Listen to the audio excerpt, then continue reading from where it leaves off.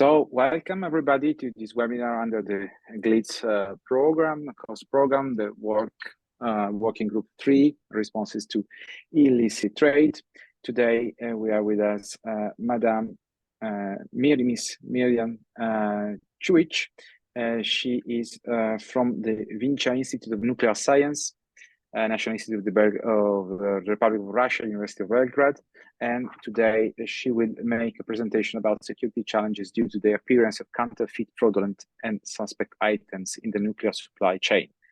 The presentation will be done within 45 minutes as usual. Then there will be room for questions and from our comments following the presentation that Mariana will do. Thank you very much, Mariana, for having taken the time to preparing the presentation. Then we are ready to listen to your talk. Thank you. The floor is yours. Okay. Thank you, Stefano. Thank you all. Today, as Stefano said, I will speak about security challenges. And my institute is the oldest institute in Serbia, and it belongs to University of Belgrade. So let's start. I don't know why I cannot move slides. Just a second to see. Okay, here it goes. Okay. I hope everything is okay from your side. Okay, cool. So based on data from last year, 32 countries operate nuclear power program in the world. Romania, Iran, United Arab Emirates, Belarus, and they are started up power reactors for the first time over the past 30 years. 4 countries abandoned their nuclear programs. They are Germany, Italy, Kazakhstan, and Lithuania. 13 of 32 nuclear countries have active reactor construction programs. And from the data from 2023, there are 58 reactors that are listed as under construction. However, only 4 countries, China, India, Russia, and South Korea, have construction ongoing at more than one site, and other countries operate reactors only in one place. Globalization and modern technologies have led to the fact that supply chain for industrial needs are becoming more and more complex every day, opening up the issue of traceability and visibility of products and services exchange. And anything that is related to counterfeit, fraudulent, and suspect items is an illegal activities, and therefore assessing its impact is more difficult to address. CFSI are of increasing concern in the nuclear industry, but also in industrial and commercial supply chain in general. And counterfeiting is growing exponentially in different types, and that all lead to products being counterfeit, industries affected, and potential consequences caused by CFSIs. Here are some basic concepts listed and definition, as I can say. So nuclear security is the prevention and detection of and response to theft, sabotage, unauthorized access, illegal transfer involving nuclear or radioactive materials and their related facilities and activities. Counterfeit items are items intentionally manufactured or altered to imitate a legitimate product without the legal right to do so. Fraudulent items are items that are deliberately misrepresented to be something they are not, and usually with incorrect identification or incorrect certificate. Also, fraudulent items include items sold by entities that have acquired the legal right to produce a certain amount of the item but produce a large quantity then allowed and sell the excess legitimately. Suspicious items are those for which there is an indication by visual inspection, testing, or other information they may not confirm to establish legitimately or industry accepted specification or national consensus standards. Our aim is to contribute to capacity building, to counter illicit trade practices, and to increase societal resilience to it. When we speak about security challenges that appear due to the CFSI in the procurement process of nuclear supply chain, it should be addressed. And at least the supply chain for the needs of the industry are becoming more and more complex, and the question of traceability and visibility of the products and services being exchanged opens up. After experience has shown that the lack of control over the processes involved in the procurement, receipt, use, or disposal of items can lead to the introduction of CFSI into nuclear facilities, and some major accidents that occur in nuclear industry due to the CFSI are the follows. A big affair occurred in 2012 in South Korea. The nuclear reactor discovered thousands of parts supplied to nuclear power plant with false quality certificates, leading to the shutdown of 3 reactors and millions of monetary losses. In 2012, Nuclear Safety and Security Commission organized investigation team with the aim to recheck quality verification documents in all Korean operating and under construction reactor. And 1 year later, in 2013, Commission ordered to shut down 2 operating reactors immediately based on the investigation results that a few cases of safety-related equipment qualification reports were found to have been falsified. And among 60,000 foreign quality verification documents investigated for 23 operating reactors, 408 affected items were found. Then in 2017 in France, in nuclear power plant, chemical and mechanical tests revealed an anomaly in the steel composition of the reactor vessel head and bottom head, and this had made the parts less tough than expected, and consequently metallurgical anomalies can make part more susceptible to faults and accidents. And Le Creusot is one of the world's few forges capable of producing the large parts required to manufacture the nuclear primary components. And since the launch of France's civil nuclear program, the plant has delivered nearly 3,000 forgings and castings for the reactor coolant system used in nuclear facilities around the world. Parts from Le Creusot during the years were distributed to the nuclear power plants in UK, US, Switzerland, China, etc. And all of these countries had to launch investigation into potential risk of the installed parts. Then a fear in Japan occurred in 2022. The Japan Fire Equipment Inspection Institute has withdrawn approval for 4 types of fire detection products, and thousands of which are installed at nuclear power plants across Japan. The decision to pull the approvals come aimed revelation that the manufacturer Fenwal Tokyo had committed misconducted to ensure the 4 products would pass certification tests carried out by the institute, and later the parts did not pass quality assurance standards and did not meet conformity tests.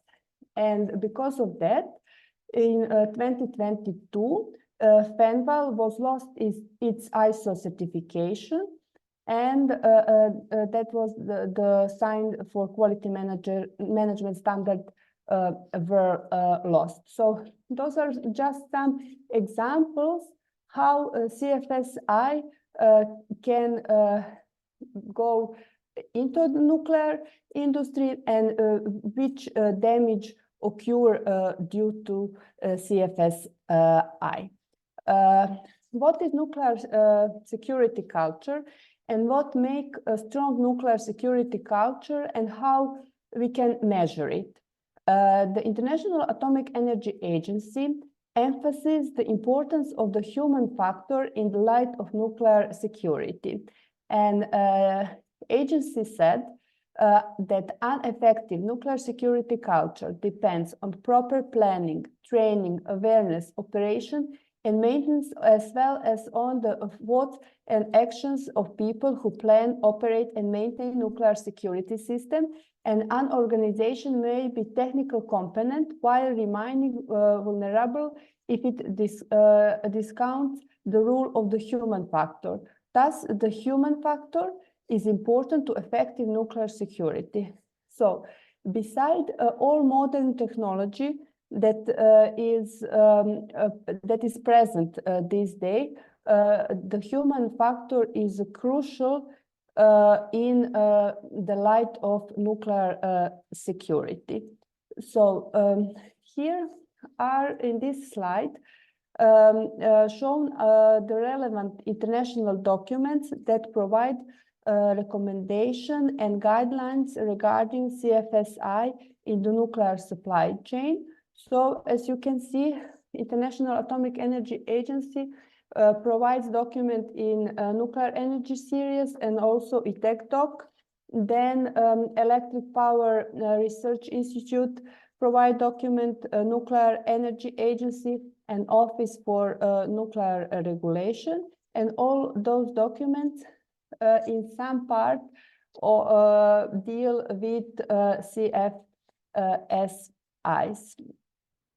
Further, we can say that in the light of security challenges, CFSI can lead also to shutdown of manufacturing lines, personal injury, safety and security issues, reduced reliability and product recall, potential loss and contracts determined to cooperate image, and penalties for companies and individuals. Now, in these days, the life cycle of a modern nuclear power plant is around 100 years. 10 years of design, construction, and commissioning, 80 years of operation, and 10 years of decommissioning. All suppliers need to comply with well-established requirements and have a sustainable purchasing system for choosing its suppliers. Procurement process plays a key gatekeeper role in order to prevent the incorporation of CFSI into the supply chain. Also, procurement is usually the most common entry point of the CFSI, as the procurement department is responsible for selecting and evaluating suppliers in supply chain management. In recent years, the construction and operation of nuclear power plants have been affected by significant supply chain issue, and the use of commercial grade items has increased, and there have been temporary shutdown of nuclear power plants due to the installation of counterfeit or substandard items. This modern technology, business to business, refers to electronic businesses and contributes to easier cooperation between different companies. And B2B represents the joint trade of two or more companies which use web technologies and the internet to realize the buying and selling processes in a cheaper, faster, and similar way.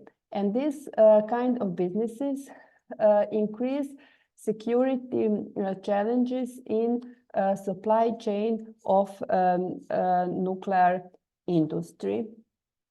Here, an overall cooperative procurement strategy consists of 4 major activities, and those major activities are divided in specifying, sourcing, using, and corrective action. And in each of these activities that are involved in supply chain, security challenges due to appearance of CFSI could be occur. Although the nuclear industry has made significant progress in securing facilities from cyber attacks, but the supply chain remains vulnerable. Sellers, suppliers, and the nuclear industry must verify the quality of items to ensure security. Prevention, early detection, and infiltration of CFSI in the supply chain in the nuclear industry is of great importance, and also, therefore, in the entire supply chain in the nuclear industry, only those products and services that demonstrate the highest quality should be used and that have internationally recognized standards prescribed by regulatory national and international agency. Suppliers involved in the nuclear supply chain must employ appropriate qualified experienced personnel who have the authority to exclude any CFSI in the supply chain. Also, verification involves extensive inspection of the critical physical characteristic of the item combined with rigorous performance testing to provide reasonable assurance that the parts will perform their independent function when that is required. Government and industry investigation show that risk of CFSI vary based on the supplier entity providing the parts, and the risk ladder is a frame of reference for understanding the counterfeit risk hierarchy. And in that risk ladder, the lowest risk is associated to original component or equipment manufacturer, and the highest risk arise from unknown sources. The most common fight method against CFSI mainly focuses on detection in order to combat increased levels of inspection, supply chain audits, and repeated inspection. To determine the authenticity of products in the nuclear supply chain, the most commonly used methods are X-ray fluorescence, scanning electron microscopy, scanning acoustic microscopy, and some counterfeit bearings can look so much like the real ones that only a trained technician can tell them apart. However, the insecure quality of counterfeit bearings, together with the risk they pose to the equipment, can lead to a failure being revealed after just a few hours of their use. Counterfeit electronics have become a leading problem when it comes to security incidents, and one of the main counterfeiting practices is the use of recycled integrated circuits, and such parts were originally authentic, but have been removed and sold as a new integrated circuits and can potentially resemble authentic integrated circuits. As counterfeiters become more sophisticated in their processes and methods, the detection process becomes more challenging. With the aim to eliminating CFSI, it is necessary to define quality assurance requirements for each supplier category and to classify the quality of the purchased item or services according to international recognized certificates and in the procurement process. Here are some recommendations how we can improve all of this. So we can include in procurement clauses more explicit and enhanced requirements, then to investigate supply chain agreements, then key persons that take risk with regard to the assurance of supply of commitments and parts, quality assurance certificates for lower level or domestic components or items, control issue of sensitive technology, and also identification of at-risk procurement. Tendency toward international cooperation between regulators, technical support organization, owners, operators, and suppliers in the nuclear industry supply chain for the purpose of nuclear security is needed, as we stated. And everyone from technical staff to top manager and executives should participate in combating CFSI infiltration. So here, as we said on the beginning of this presentation, human factor in security is the crucial part. So more narrowly, the target group in the supply chain is managers who are in charge and participate in the development, implementation, and improvement of supply chain management, manager overseeing suppliers, suppliers and sub-suppliers who are responsible for supply chain management, experts from regulatory bodies overseeing audits of operator assessment, or supply chain management. Trade agreements and enforcement of intellectual property rights are carried out through various international organizations as World Health Organization, World Trade Organization, World Intellectual Property Organization, International Criminal Policy Organization, International Anti-Counterfeiting Coalition, and others. Some of the measures that can lead to the reduction of CFSI are promoting awareness of counterfeit, creation of conditions for bringing foreign economy and technology into the fight against counterfeiting, easy and fast way of licensing products and services. Operating organization can benefit from the creation of formal procurement strategy and procurement planning activities. So procurement strategies examine the what, how, where, and why of purchasing items and services.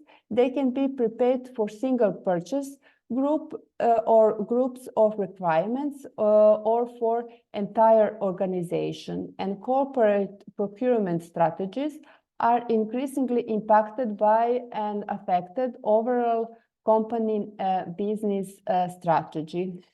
Here are listed 12 anti-counterfeit practices proposed by Chartered Institute of Purchasing and Supply.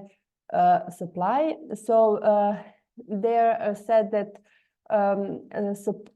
anti-counterfeit practice are supplier relationship management and supplier contracts management and development, contract performance review and a continuous improvement, contract award, evaluate supplier tender, issue invitation to tender request for proposal negotiation, then supplier selection to participate in ITT RFP negotiation, development documentation, pre-qualification questionnaire and specification, pre-procurement market test and engagement, developing purchasing strategy and plan, evaluation of market and commodity options, and high level of specification.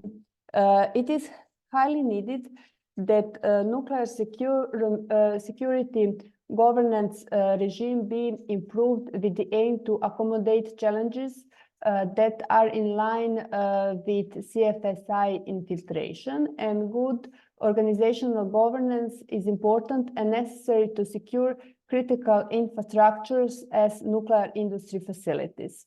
Well-established, implemented, and good organized governance matter to investors, lenders, insurers, regulators, and the public.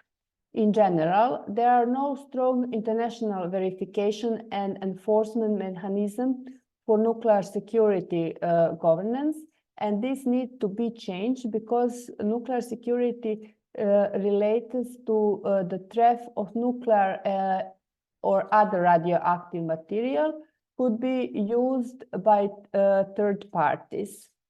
In the light of security challenges, due to the appearance of CFSI in the procurement process, it is questionable whether there is full visibility of links in nuclear supply chain. And the supply chain path remain the weak due to the following.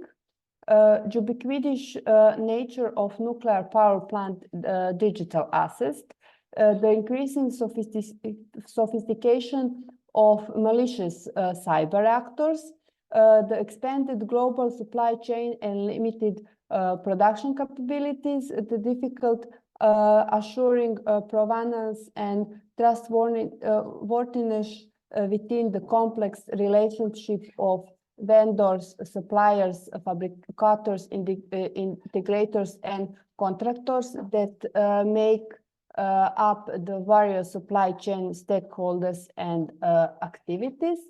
And also defense in depth is strategy that leverages multiple security measures to secure the system. It addresses the security vulnerabilities inherent not only with hardware and software, but also with people, as negligence or human error are often the cause of security branch. Supply chain risk management is one of the layers of such system and begins with the procurement of verified parts, devices, systems, and services for nuclear industries. Challenges that still remain unsolved with supply chain are related to equipment that is in use, for which supply chain requirements were not established at the time of purchase, and also the issue of equipment that is not in use any more. So here are listed some procurement process lessons learned from the practice. So low-cost items and spare parts are the most frequent CFSI. Majority of CFSI originate from second-tier suppliers based in parts of Asia and Africa, and counterfeit impact leads to high cost for the original equipment manufacturers in terms of delays, lost sales, product recall, and even legal action. In general, there are no strong international verification and enforcement mechanism for nuclear security governance related to the CFSI infiltration in nuclear supply chain, although there are several international control regime established. International cooperation is here of great importance due to the increasing challenges of global economic and political instabilities and active warfare, and on the other side, running and building of nuclear power plants in both developed and developing countries. International Atomic Energy Agency has launched in 2023 CRP on nuclear security implication of CFSI in order to assist member states in development of mitigation measure and strategy at national level, harmonized with international recommendation and requirements. And identification of strengths and weaknesses in current supply procurement and obligations would point out next steps and measure to be implemented. Having in mind the procurement process is in nuclear industry usually involved international trade, improved national control over CFSI, and related activities will have positive implication to the global nuclear security regime. So we are dealing how to improve supply chain security, and to address various aspects of illicit trade in the supply chain in nuclear industry, it should be taken into consideration following. First, fostering culture of supply chain security in the light of CFSI, then explicitly stated supply chain security issue into corporate governance statement. The stakeholders could clearly understand this commitment. Preferentially select business partners that maintain strong CFSI practices. Participation in governmental export item control rulemaking, and implement selection criteria for any item or practice to mitigate CFSI in procurement process. Also, develop a cooperative policy on reporting and sharing CFSI event to appropriate parties, then acknowledge the non-compliance if it is occurred, and training of the staff with lesson learned examples to better convene the importance of controlling information technology and equipment in the light of CFSI. So that would be all I wanted to present to you today. And thank you for your attention. I hope that we have a good internet connection and that you hear me well. So please. Thank you very much, Mariana. No, the connection was very well. We clearly hear you for all your presentation, which was very interesting. It made me more insecure about the standard of security of nuclear plants in general. I have a question for you, and then probably Lucas even as other question. My question is, you talk about counterfeiting, about the public procurement vulnerabilities. My question is, you didn't mention who are the actors involved in this counterfeiting process. So do you have any insight about who are the counterfeiters? Okay, but actually counterfeiters can arise from various sides. So usually they arise from some private sectors, you know. So it's not so easy to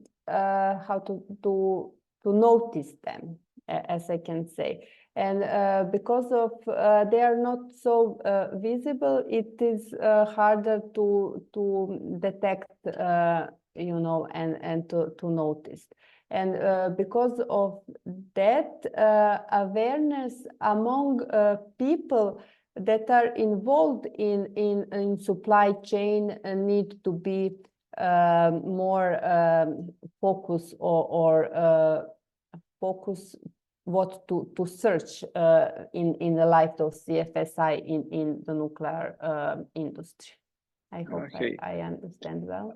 Yeah, that's correct. And the second question that I leave the floor to Lucas for his question.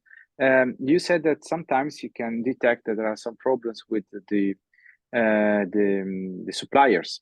So my question is, sometimes in some other market there is a sort of blacklist.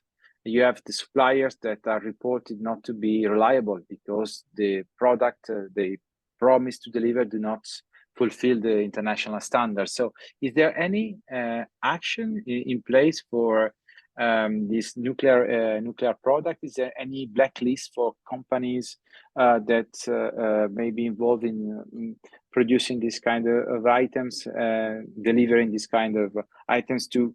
Because the market is not so big in the sense that you mentioned there are 32 countries, of course, but the number of nuclear plants is relatively limited compared to other markets. So is there any initiative in place to blacklist the companies that may be not so reliable? Okay, there is no unique blacklist as you imagine that exists. Some database where are all CFSI occurred. That is not exist in that form. But for sure, you have different sources where you can find CFSI that occur. And what is, when something occur, it's not reported immediately that you noticed. Also, even as I mentioned at the beginning of my presentation, there is, as you said, only 32 countries that deal with nuclear industry. But all countries, where countries use something what is related to radioactivity, at least in medical purposes, So when we speak about that, standardization is very also one, as I said, potential problem, because for some parts, you have one standard in France, for example, and other standard in US, and also that not matching in standards could lead to infiltration of CFSI. So in the future, it will be better if for the same part exists unique standardization over the world. Also China has their own standardization code and things, so that just multiply the problem. Thank you, Mediana. Lucas. Yeah, thank you for this presentation. You partly answered my question here in the last like 30 seconds, but my question was about the differences in regulations across countries. And I know at the beginning you presented some norms or regulations that were presented from international nuclear committees, etc. And I was wondering, because for some markets, there are illicit products that can enter the illicit market because there is differences in regulation, and they, like some actors, they benefit from them, or they profit from these differences in regulations. And my question, but you partly answered it, but was how does regulation play a role in the fact that there are fraudulent and counterfeit items? Because sometimes it's not always the case. There might be other mechanisms, but the difference in laws can provide some opportunities from actors in the supply chain to bring those products in the legal supply chain. Yes. You're right. Regulation, as I mentioned, is not unique, because this question is stay to every country to decide how it regulate. You have a recommendation in international level, but regulation is case by case from country to country, and this is actually what we are trying to achieve via those programs with International Atomic Energy Agency to make some unique recommendation that will be available to all UN member states And if they decide to use, they will have opportunity to use and to implement in their own regulation system. But as you know, it's not so easy. Some recommendation to put into a regular, way. So we will see. Thank you. And I also You're have welcome. a second question that is more of a general question. So you mentioned between countries, there is no like international verification. And also you talked about globalization. So I guess it's the fact that like supply chains kind of spread across the world. And I was wondering if there was a move toward the other direction, in the sense that like at the country level, countries would benefit from having kind of local supply chains, because it would be easier to control all these supply chains. So not necessarily the whole supply chain, but increasing the part of suppliers that are in the same country. Was this something that was observed for some countries? Actually, I'm not sure that in some countries do some investigation regards to that, and there are some kind of reports. But what is missing in when you speak about scientific review paper, there is no review paper that deal with real examples and to investigate real gaps and weaknesses and strength in that supply chain issue.